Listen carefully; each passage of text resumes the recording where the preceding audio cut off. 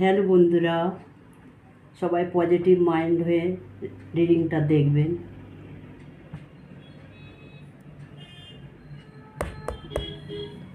আজ দেখে নেব তৃতীয় ব্যক্তির কাছে গিয়েও তোমার পার্টনার কেন তোমাকেই ভালোবাসে বা তোমাকেই চায়।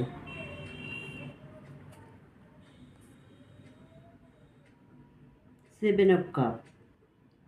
তোমার মানুষটা লাইফে প্রচুর অপশান ছিল, উনি ভালো মন্দ কিছুই বাছাবাছি করেননি। তখন সবার সাথেই মিশেছে, একটা ইলিউশনে উনি ভেসে বেড়াচ্ছিলেন। তখন একটু কনফিউজ হয়ে গিয়েছিল, কাকে ধরবে কাকে ছাড়বে কিছুই বুঝতে পারছিল না। ফাইনালি উনি একজনকেই সিলেক্ট করে এবং তাকেই প্রোভাইড করতে থাকে। তোমার মানুষটি তখন তুমি আছো সেই অবস্থায় থার্ড পার্টির সাথে পুরোপুরি ইনভলভ হয়ে যায় এবং দুজনকে নিয়ে ব্যালেন্স করেই চলছিল।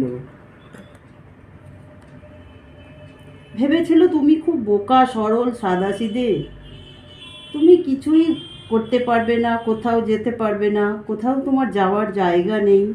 তোমাকে দিনের পর দিন তাই ঠকিয়ে গেছে, মিথ্যা কথা বলে গেছে, তোমাকে কোনো ভ্যালু দেয়নি। তুমি হয়তো দিনের পর দিন এই সবই দেখে গেছো, সহ্য করে গেছো, অনেক কষ্ট করেছো। ফাইনালি তুমি কিন্তু সোর্ডটা হাতে তুলে নিতে পেরেছো, নিজের সম্মান বাঁচাতে।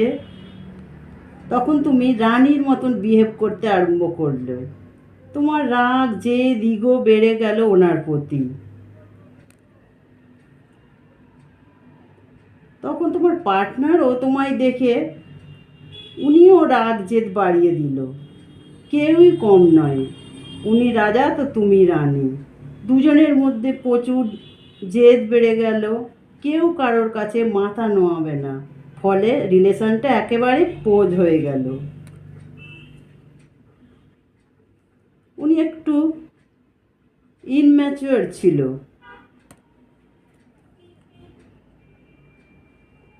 ফলে উনি তোমাকে সেই সময় যে কাজগুলো করেছিল ভুল ভ্রান্তি সব এখন তিনি মনে করছে এবং তোমাকে উনি এখন ভালোবাসে। তোমার প্রতি যথেষ্ট ওনার ফিলিংস আছে। ওনার ভালোবাসার কাপটা কিন্তু উনি ফাইনালি তোমাকেই দিতে চায়। উনি তোমার সাথে আবার যোগাযোগ করতে চাইছে, কল মেসেজ করতে